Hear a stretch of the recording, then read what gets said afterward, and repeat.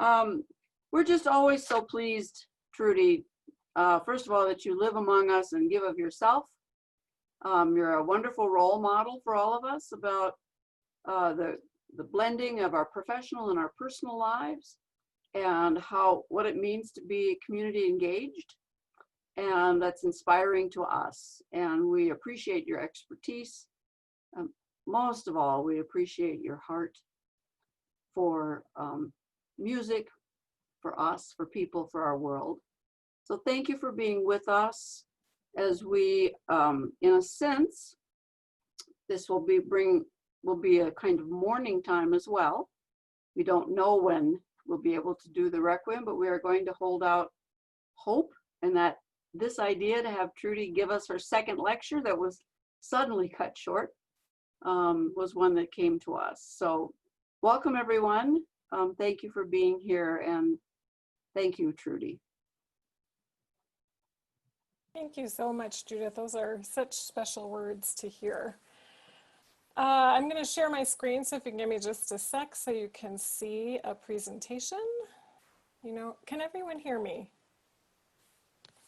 Yeah, thank you. Good. It's a little vacuous, right? When it sounds like I'm talking to myself at my house, which is fine. I talk to myself a lot, but I'd like you to hear this. Good evening. I am honored to be here tonight with you to celebrate music's power to connect people.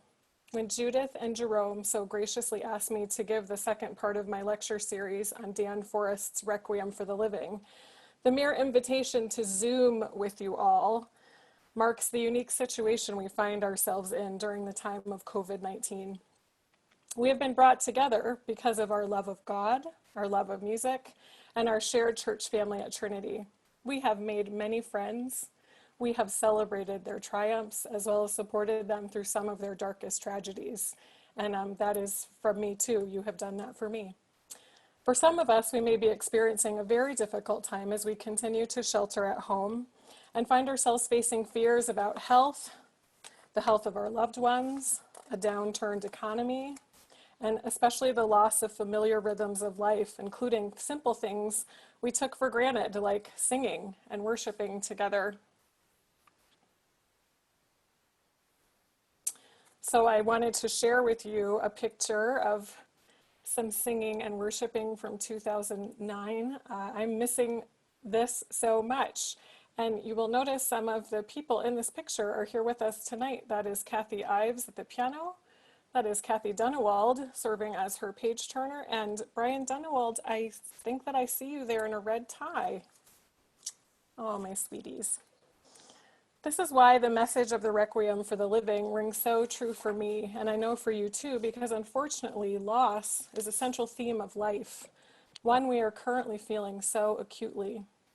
Although when you first began preparing this work, you may have been thinking about the loss of loved ones through death, but I'll hazard a guess that this Requiem is now bringing up feelings of other types of loss as well, perhaps the loss of people around the world because of this pandemic, the loss of the life we once knew, loss of seeing friends and loved ones, loss of employment, and on and on.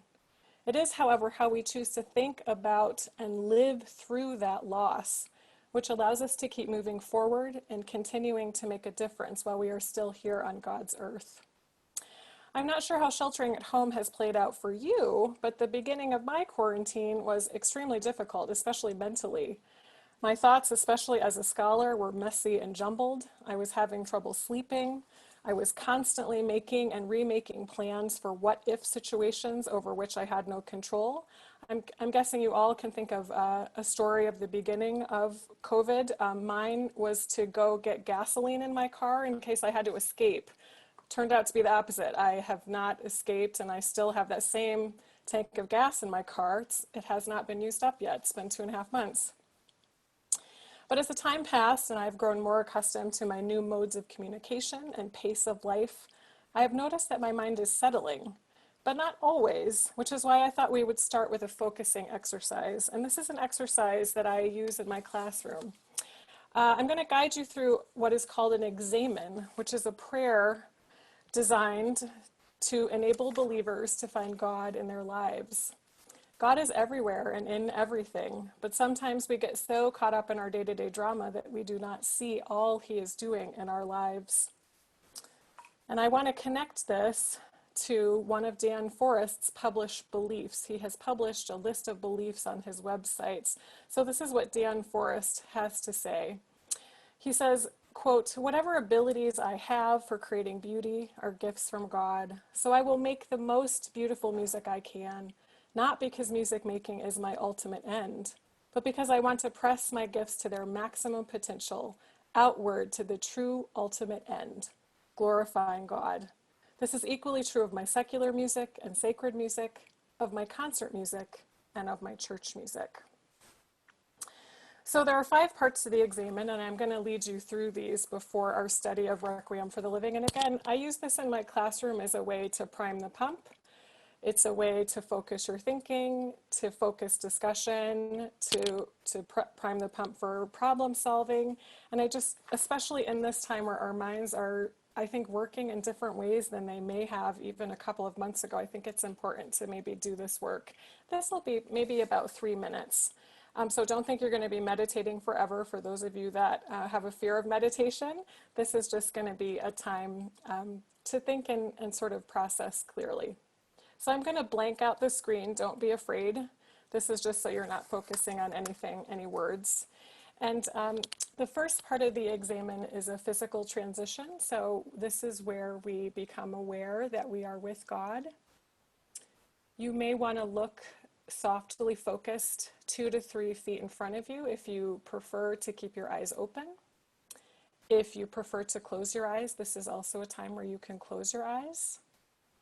Make sure that your body is sitting in a relaxed state, so maybe uncross your legs. You might want to ground your feet on the floor.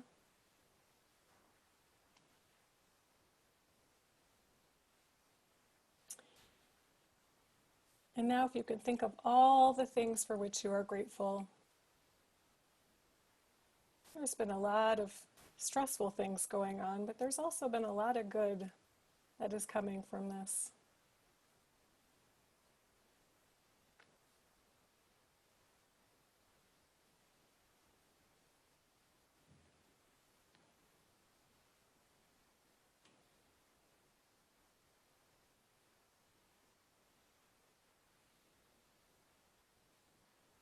In a typical examen, we review our day. So if you want to think of how you started your day, what happened in the middle, what got you to here, and in that day, if you can think of the moments where you know that you were facing God, your face was toward the light. And then there were also probably moments where you might have turned away from God. You didn't make the decision that you wanted to make. We talk about this as our backs are to God. We've turned away from the light. So think of that day.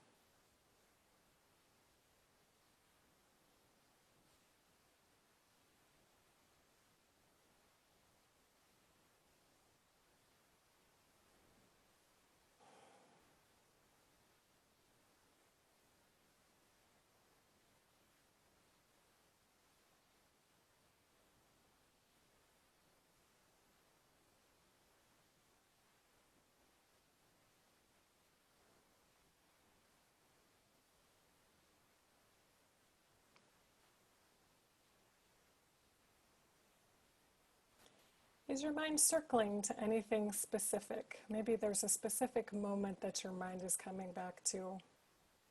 Why is that? What message is God giving you?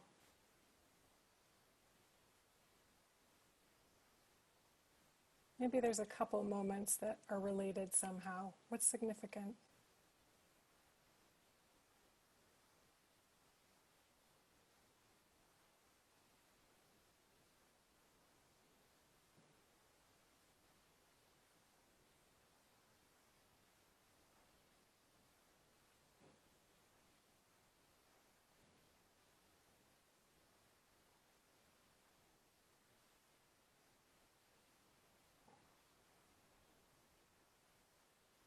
Good. Now think of those things in the day that you might want to do differently tomorrow. Where do you make a new decision?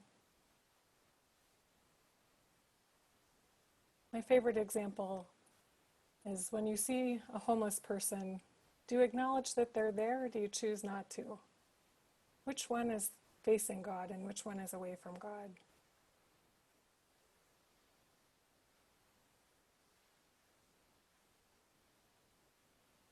How can you phrase to the loved ones in your house something positive instead of turning it on its head and making it negative?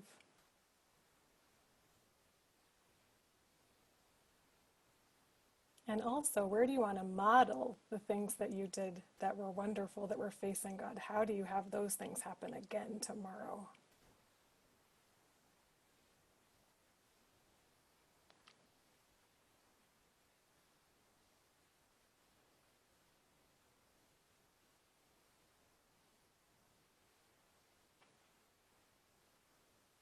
Remember that this life is loved by God no matter what. God loves you in the mess and in the beauty. So it's okay. The gift is that tomorrow we get to wake up and try the whole thing again. Fresh start every day. So when you're ready, if you want to come back from your time with God, say thank you. And then when you're ready, you can come back and I'll resume the lecture.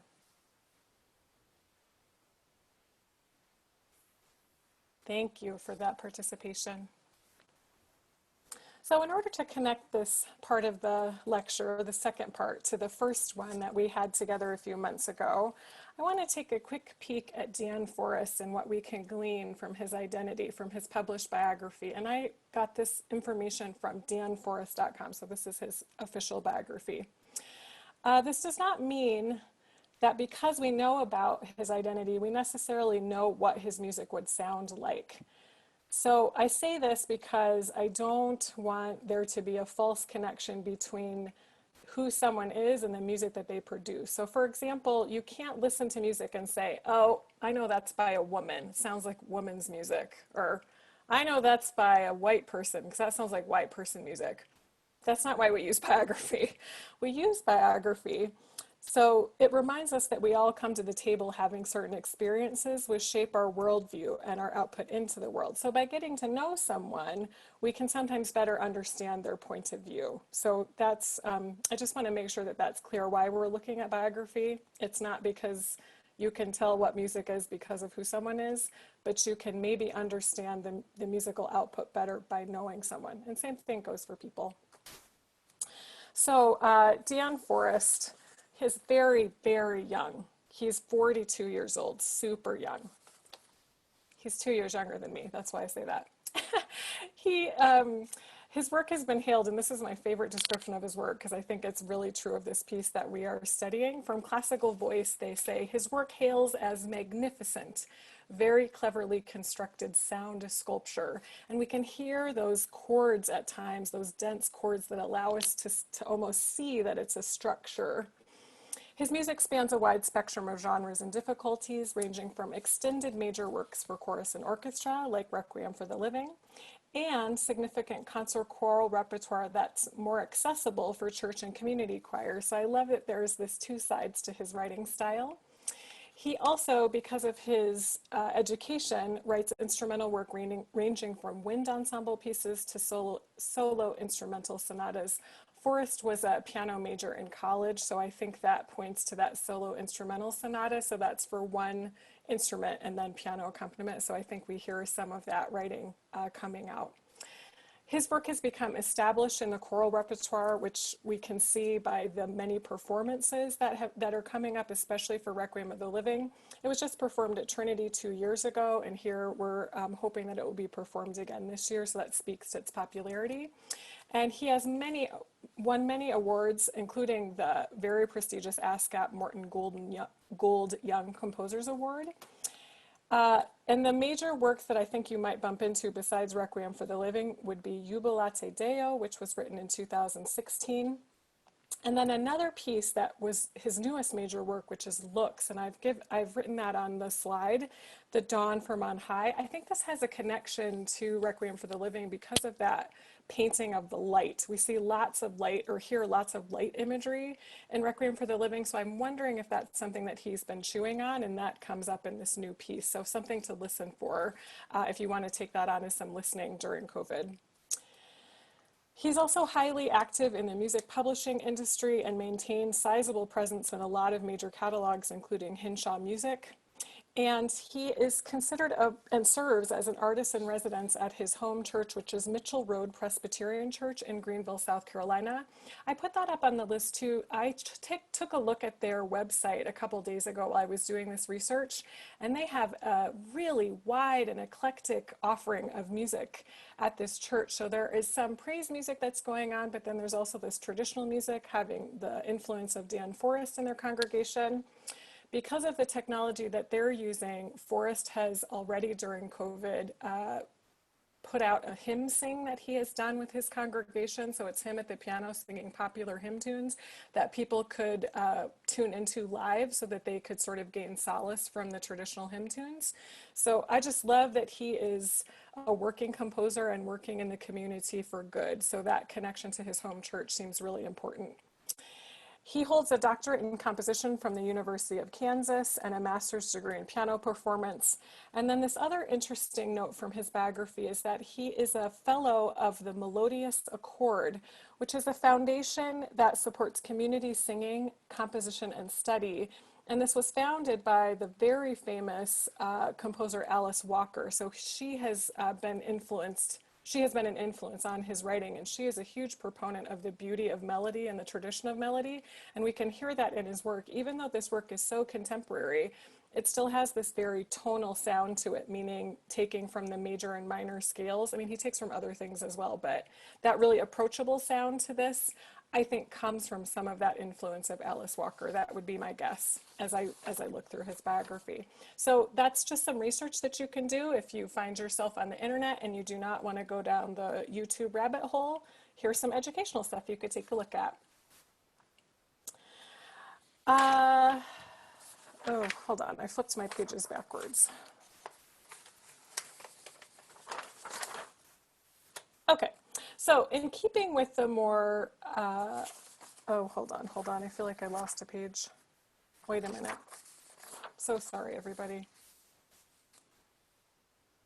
Here it is. So the Requiem, according to Forrest, and these are his words, it's traditionally a prayer for the rest for the deceased. However, the Requiem for the living forms a narrative just as much for the living and their own struggle with pain and sorrow as for the dead. It's a grant us rest, even more than a grant them rest. And you've probably heard these words because Judith has shared these, and these are the words of Dan Forrest. These are what he speaks about when he talks about this Requiem. The idea of praying for the living within a Requiem is more a modern take on the ancient Requiem Mass, a musical form that began to show up in medieval music manuscripts as early as the 8th and 9th centuries. To date, 105 musical requiems from the medieval period have been found and studied. So I want to show you what one of those looks like. These medieval Requiem masses were written only as one melodic line sung unaccompanied, and this is called monophonic setting. And you'll notice in this particular example, I've taken from the Dies Irae, which is a traditional section of the Requiem Mass, but it is not one that's used by Forrest. He takes cues from this Dies Irae in the second movement, so there's some melodic information that's taken from this traditional Dies Irae. It's quoted, but it's not used in its entirety. But it has the same flavor as the Dies Irae, but it isn't a traditional Dies Irae. So that's why I wanted to put this up. You'll also notice the notation looks different than modern notation. So these are done in neumes. They're the square note heads. You can see that there's lack of rhythmic expression in this. So this is a really early style of notation. Not the earliest style, but an earlier style nonetheless.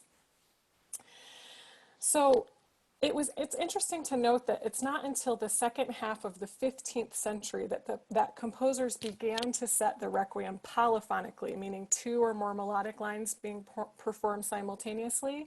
So the easiest way to understand polyphony. Anything that is around is polyphonic setting. So not all rounds are polyphonic, but not everything that's polyphonic is around, but that's one of the easier ways. And I want to show you what that looks like. So this is a polyphonic setting. This is from a Requiem Aeternam movement, and this is from Victoria from 1603. You can see that this is set in modern notation. It's from an older notation, but this is set in a more traditional modern notation. And you sing in your Requiem, there are definitely polyphonic situations or sections that you will hear. But listen to this. Polyphonic writing began in earnest in the 12th century. It's not until the second half of the 15th century that they decided to write the Requiem masses this way. And scholars think that this is because the Requiem was such an important and solemn occasion that it deserved to be set in the traditional chant style of the church, with only one melodic line being performed at a time. So that's like hundreds of years of polyphony before they decided, well, maybe the Requiem could be written in polyphony. I just find that to be fascinating. So I give you a bit of this Requiem history because I'm a musical nerd and I just love this stuff, but more importantly, because I think there's solace in the fact that for more than 1,000 years, classical music culture has turned to the Requiem for comfort and reverence in times of grief.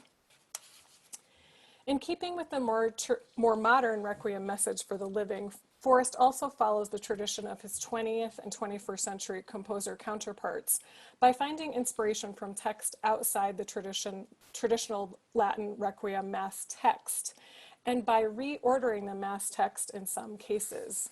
So if we look at the first section, which you're all familiar with, and music nerds, if you want to get your scores out, I will give a couple of measure numbers, not a ton, but I know some people are score followers. I love you if you're a score follower.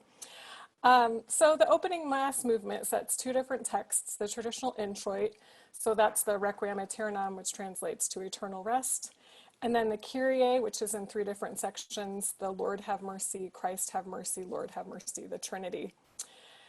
And using, in this, he uses ever-increasing elaborations on the one simple three-note descending motive that we hear in the organ right from the very beginning. So that three-note motive is heard throughout, and you guys have probably even talked about this in your rehearsals.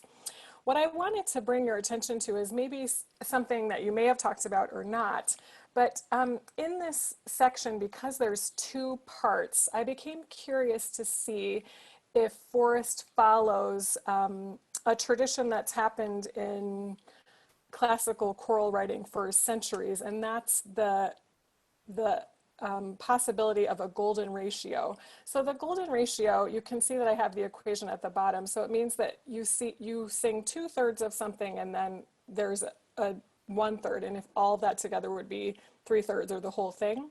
So the golden ratio is related to the Fibonacci sequence. We find this in nature, we find it in architecture, we find it in art, and wouldn't you know that Forrest, bam, does it perfectly. So there are 153 measures in the first movement, and the golden mean or the golden ratio should happen at measure 102, and it does. So the voices come in at 103, but we sort of see the coming in of that second section at 102. So he intentionally did this. I didn't talk to him, but I know that he did this because he's following in the tradition of composers before him. So if you ever find yourself looking at music, look for the golden mean and see if something important happens at that moment, because composers do it on purpose, and it's been done for centuries, and it's part of the beauty and part of what Westerners find to be beautiful in architecture, art, and music, and nature, and et cetera, et cetera. So hopefully that's a new bit of information. Then the VANITAS, VANITATUM. I keep thinking about this because I know Miss Dion, this is your favorite movement, and you said that in our meeting the last time because of the great rhythmic intensity. She loves the rhythm of this part. So I was looking not so much at the rhythm, but I find it interesting that there are these two texts that are sort of juxtaposed in this movement. So the second movement is in place of the traditional Dies Irae, that chant that we looked at a few slides back.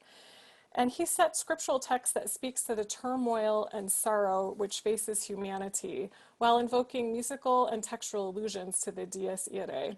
And I've heard this, and I read a couple of reviews that talk about this. I hear a lot of Carl Orff. Like, don't we all hear Carmina Burana when we're listening to this? It's so obvious in this movement. So he's looking back at the musical traditions of the Dies Irae, but setting them in a modern context, which I think is really smart. So this movement juxtaposes those aggressive rhythms that Mistian likes with these long floating melodic lines that we hear in the Pie Jesu. So I kept looking at this vanity of vanities, all is vanity, earthly life is ultimately empty. Oh my goodness, it's all vanity. That's hard to hear as a human, right? And then you think of your life and you think, yeah, a lot of what I think about is pretty vain. And then he brings in this beautiful melody on the Pie Jesu, right? This battle between these texts. I wonder why he does this. This is kind of the question that keeps coming. And I wanted to pose too, he doesn't use the traditional Lacrimosa text anywhere, but he does again allude to the Lacrimosa in this section, but he sets full of tears, he said, let the day perish wherein I was born, instead of full of tears will be the day that when from the ashes shall arise. So we see again this allusion to the Requiem Mass in this particular movement. So I want to point you to something that is in the full score, and I'm not sure that it's in the choral score, but this kind of gets at this question between these juxtaposition of texts. So he says, do not let down between movements 2 and 3. Let the cymbal scrape fade, then continue on, so that the C sharp here in movement 2 is aurally connected to the D flat in the introduction to movement 3. So C sharp and D flat, as we know, it's the same pitch on the keyboard, but they're just voiced differently because of the musical context that we find them in. So again, we have these juxtaposition of text, and then he's carrying this movement from 2 to 3, right? Like he wants this carryover, this sense of carrying on. So maybe an obvious carryover in sound to connect the two movements, obviously by that connection of tone with different musical contexts. So we have the dissonance that we hear at the end of movement 2, and then the consonance and tranquility of the beginning of movements 3. So I wonder if this is just an interpretation, and this is my interpretation. I wonder if we can see this as the connection between humans and God, that the darkness and light must go together. They are two parts of a whole relationship. So the chaos and lack of substance offered in vanity and the peace and hope of the Lamb of God, they have to both be there for it to be whole. And so again, that's the connection of the VANITAS VANITATUM with the AGNUS Dei that comes next, right? The Lamb of God who takes away the sins of the world, have mercy on us. So we're going to hear that 3-note motive again with the introduction of the boy soprano, although it's changed, right? AGNUS Dei, we would interpret as bum, bum, bum. So he adds a little bit of a skip instead of it being 3 connected notes. I think that's still connected to that original 3-note motive. And this is performed, the Agnus Dei, it can be in the Mass text, but it's not in the typical order. So he reorders, he kind of puts this a little bit early. And this is the plea for deliverance and peace. The Miserere section that happens in here, we hear that 3-note motive going up for the first time. And then it does drop again, but we're starting to hear that climb to heaven that he gets to at the very end of this piece. So I wonder, because this is the turning point, right? We're in movement 3 of a 5-movement Mass. We're in the middle movement. So we have to have that turn. The turn of events has to happen. So he's done this in a really equal way. He's got a beautiful equal 5-note part, you know, the bridge. Lots of times if you see a piece that's in 5 sections, that middle thing, something special is going to happen there. And I think that's why he does that, why we get that climbing toward heaven. It's like foreshadowing the change that's going to occur in this Requiem. So the Sanctus is next, and this is the very modern movement of this work. It becomes a response to the redemption is what he talks about. The Sanctus offers 3 different glimpses of heavens and earth full of thy glory, all which develop the same musical motive. It's an ethereal opening section inspired by images of space from the Hubble telescope. Then a stirring middle section inspired by images of our own planet as viewed from the International Space Station. So not looking into the heavens, but the heavens looking back at us. That's a really modern concept, right? For 1,000 years, thousands of years, as many as humans have been, we've looked out, but here is someone that's trying to write music of looking back at the earth. That's extremely modern in its interpretation. So I'm giving you some more, if you like this movement, which who doesn't, some other things to listen to, some things that I hear when I'm listening to this. I think he's hearkening back and he's looking at his music studies. I think he's been listening to György Ligeti, who is a Hungarian composer. There should be 2 dots over the O, and I'm so sorry that my font did not allow me to do that. So Ligeti passed away in 2006, but what I want you to listen to is his Lux Aeterna, written in 1966, this beautiful, dissonant, super crunchy, but so beautiful in its painting of light. So please take a listen to that. And then I also think he may have had a little bit of Arvo Pärt. Again, there's 2 dots over the A, so sorry. Born in 1935, I would love you to listen to the 7 Magnificat antiphons that were written in 89, but then revised in, is it 89? What does it say on my slide?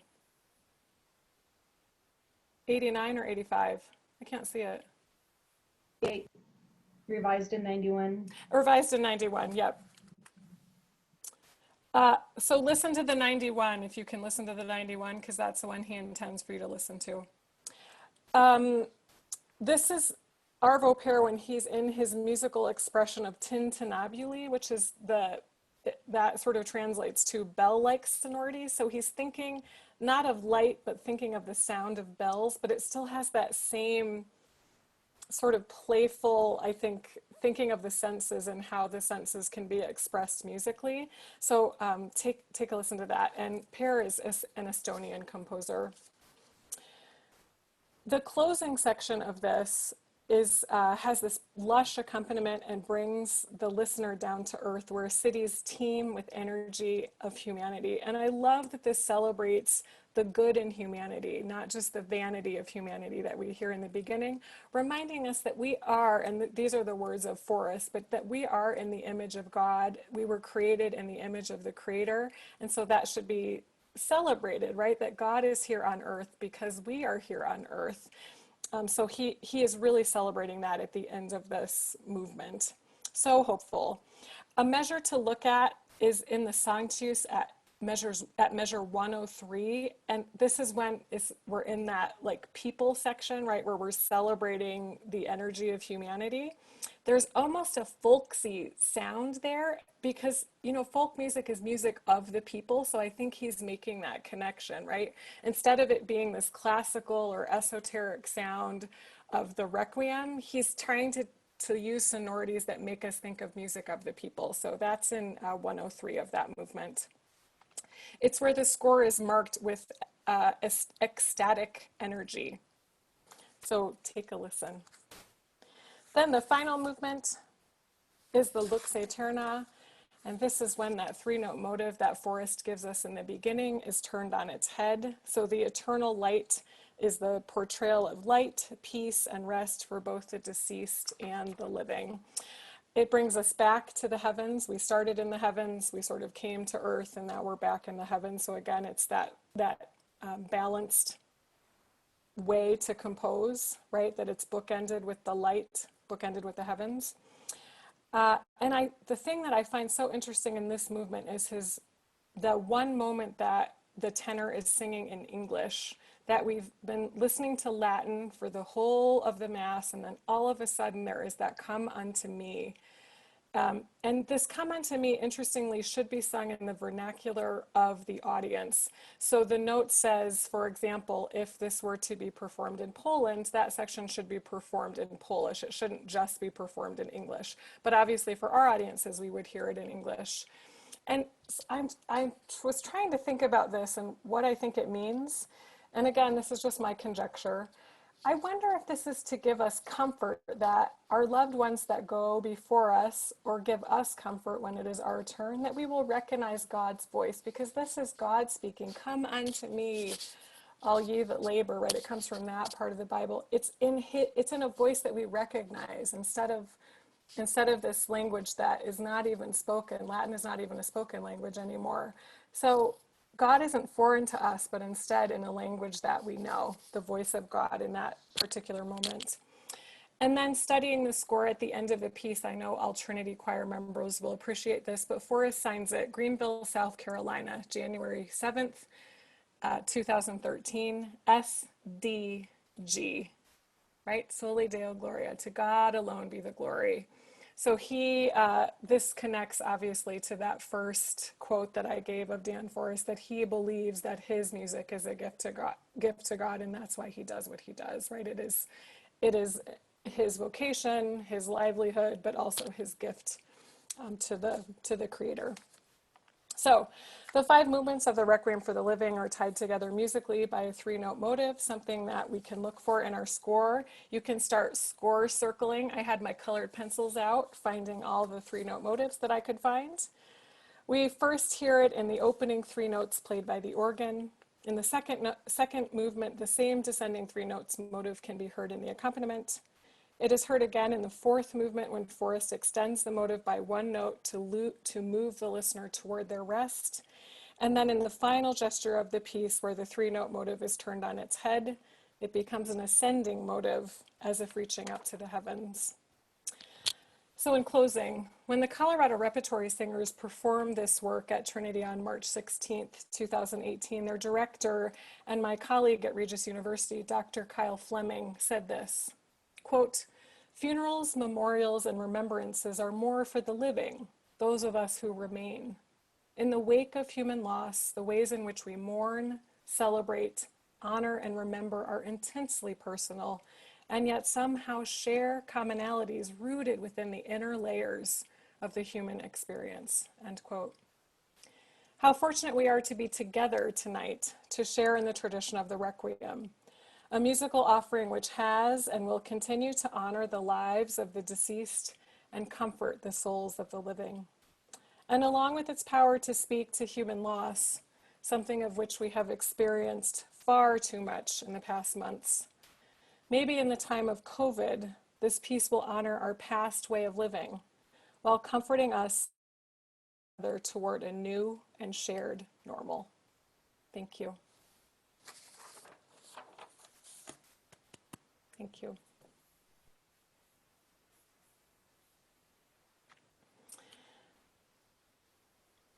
Wow. Oh, that just fed my hunger. Oh my God, I didn't even know I was so hungry. Thank you.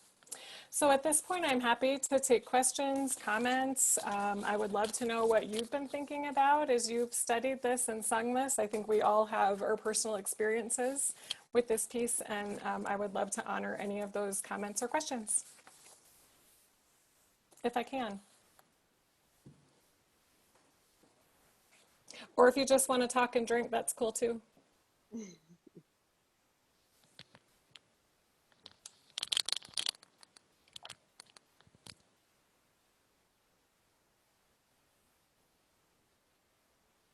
Well, Trudy, thanks. I know the piece as well as this morning, so you are my Yeah, introduction to it. I'm great. embarrassed, but and I need to listen again. I don't have a score, but I like it, you know. And I'd never heard of this guy, but I love Alice Parker, and I thought, okay, that's good.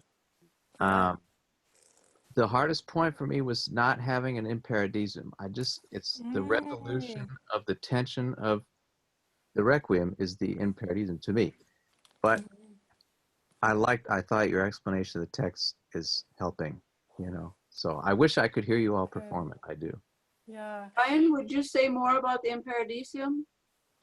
Well, Why that's important to you?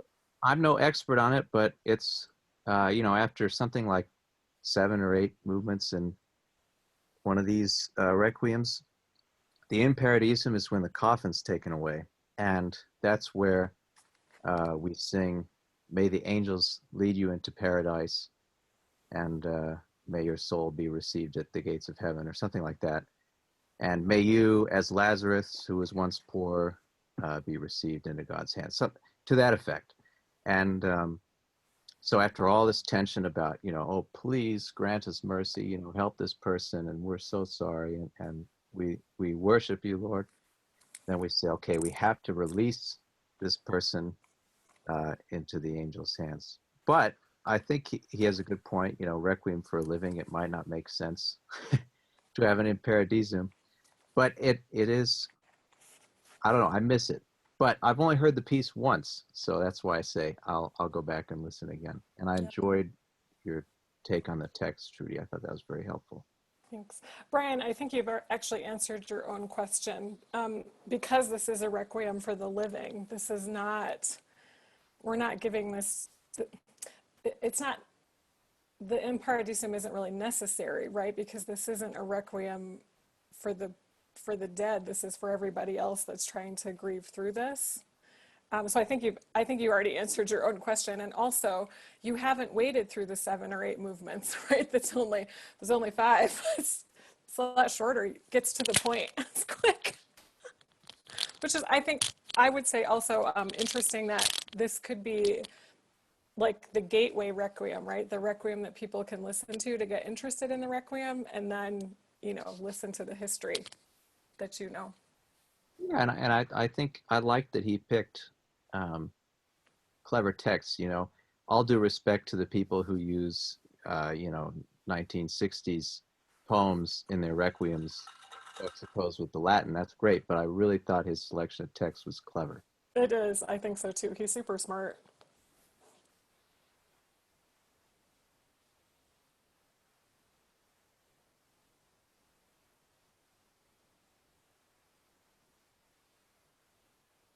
Would anybody be willing to, oh, go ahead.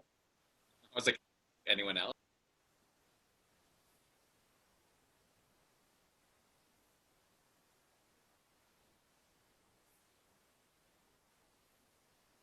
Go ahead, Jerome.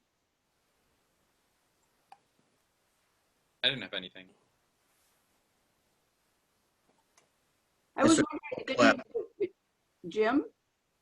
I Go say ahead. we all clap. Thank you. I was wondering if anybody would be willing to share your experience as we worked on the Requiem. Just what do you remember? I would love to hear any comment on that. This is Sally, and I missed several of the early rehearsals, and I missed the early playing of it. And so the first time I heard the program was in the first retreat weekend. I didn't hear it 2 years ago. I'd never heard it. And I thought it was one of the most beautiful pieces of music. It just pulled me along.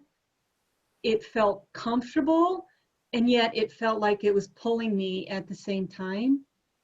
And I just wanted to sink into it and never stop. The end of that day came far too soon.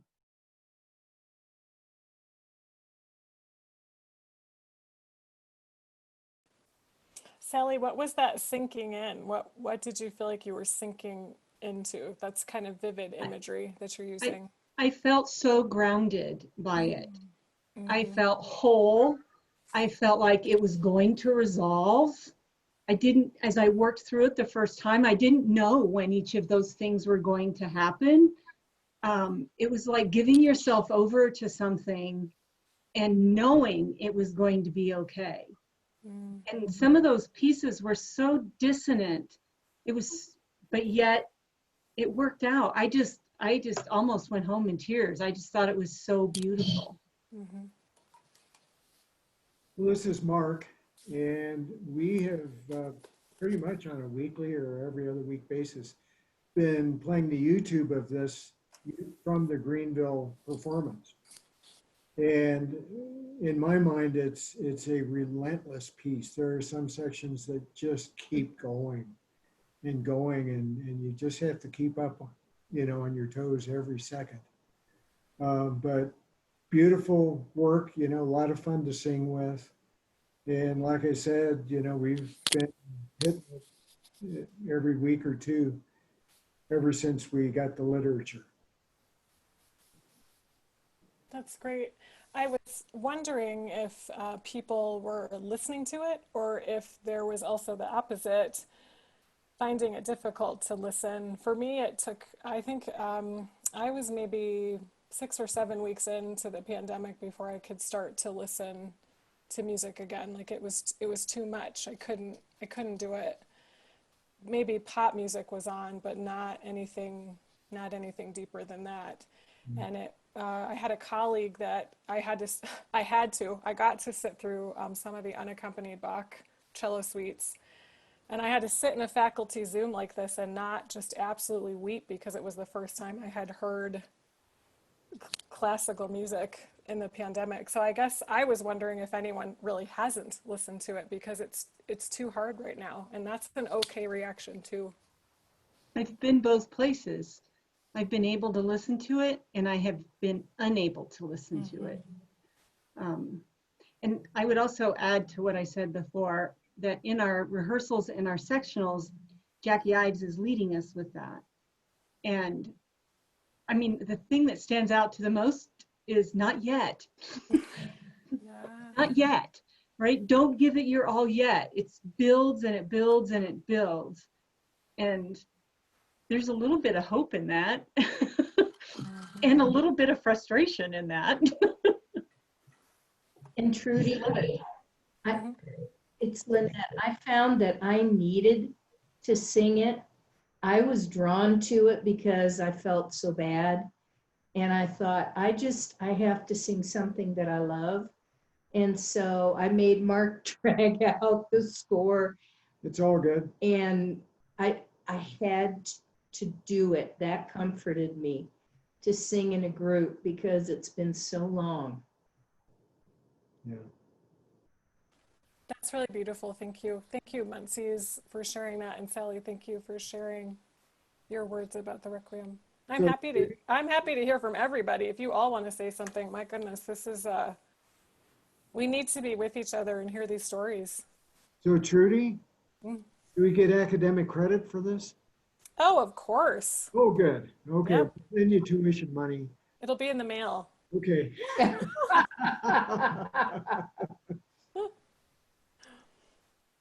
I conferred an engineering degree on Karen Mueller, so I think that I can probably do anything now. Ooh.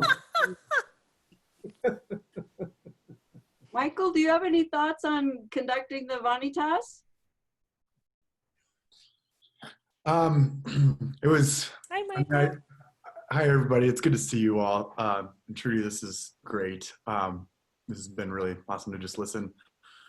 I remember Judith asking me to conduct the VANITAS, and I kind of freaked out. I was just like, oh man, because that's like, I mean, my favorite composers are like Stravinsky or people like this, and so I think that's the movement that spoke the most to me. Probably not because of the vanity, hopefully, but I think I was going to mention my take on the juxtaposition of the different texts and kind of the way that they work together musically, because I think they're so different. Because it's kind of in place of the Dies Irae, which I think is more appropriate for a Requiem for the Living. I just think it makes more sense to talk about like, oh my gosh, vanity, vanity. And then the Pie Jesu, you know, it's like a pleading almost for those people who have died, I think, and this is just kind of an interpretation, but maybe because we're not talking about the day of wrath, it's talking about the vanity, that everything is vanity, everything that I do is vanity. And then it's just like, man, thinking about those people who we've lost, and it's just like, man, please grant them grace. It's almost a prayer in that way, is the way that I've kind of looked at it. But I had a great time rehearsing with the choir, and it's just been a great opportunity, great experience. Michael, do you think of Stravinsky when you hear the second movement? Not, I mean, it's very like 4/4, very, you know, it's not super Stravinsky, but I could hear, I just think that that rhythmic drive that that Dion was talking about is the kind of music that I think I relate to the most for some reason. So you're talking about like Ligeti and stuff, and I'm like, oh yeah, that's my stuff. Not that all the other stuff isn't beautiful, but I think that's the one that I'm just like, oh yeah, it's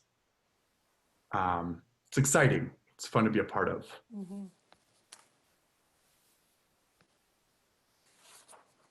It's not, I just don't think the orchestration is blocky enough to be Stravinsky.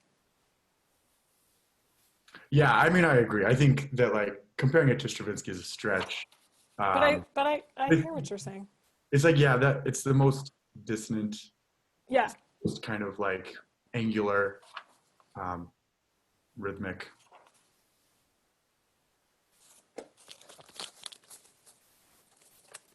I want to go listen to it now. As an outsider, is it hard to rehearse, hard to sing? Do you like it? Is it fun? Yes, I enjoy singing it. It's very approachable. I feel like it's really, like it can sound difficult, but I think that learning it as a choir, it actually works really well for, you know, church choir. Yeah, it would be kind of fun to think about us all sitting at our computers trying to sing our parts. I think we would just die, as we did with the Hallelujah chorus. Or as what's coming up, if you haven't signed up for Precious Lord, or anyway. Well, I want to sign up. Jerome, can you send me those signups? Sure. Thank you. He's like, no, I have so much work to do. Trudi, I listened to it a lot at the beginning of the pandemic. I walked, and I would say in about the second week, I still couldn't talk about my emotions. And I got to the Sanctus and just started bawling. Because I think the Sanctus is just an amazing piece. It builds and builds and builds, and you think it can't go any further, and it does. It's just amazing. Mm-hmm. Thank you. We've got about 2 minutes. You want to raise your glass to Trudi? Oh, let me raise my glass to you. Thank you so much, everybody. I really appreciate you coming. It means a lot. Thank you. Thank you, Trudi. We are deeply, deeply appreciative and grateful for your presence and for everyone here. And it just reminds me how much just being together, even in this small set, is inspiring. So I hope that that's what you take away, fills your hearts. And we keep praying for each other. Whoops, I guess that's time to stop.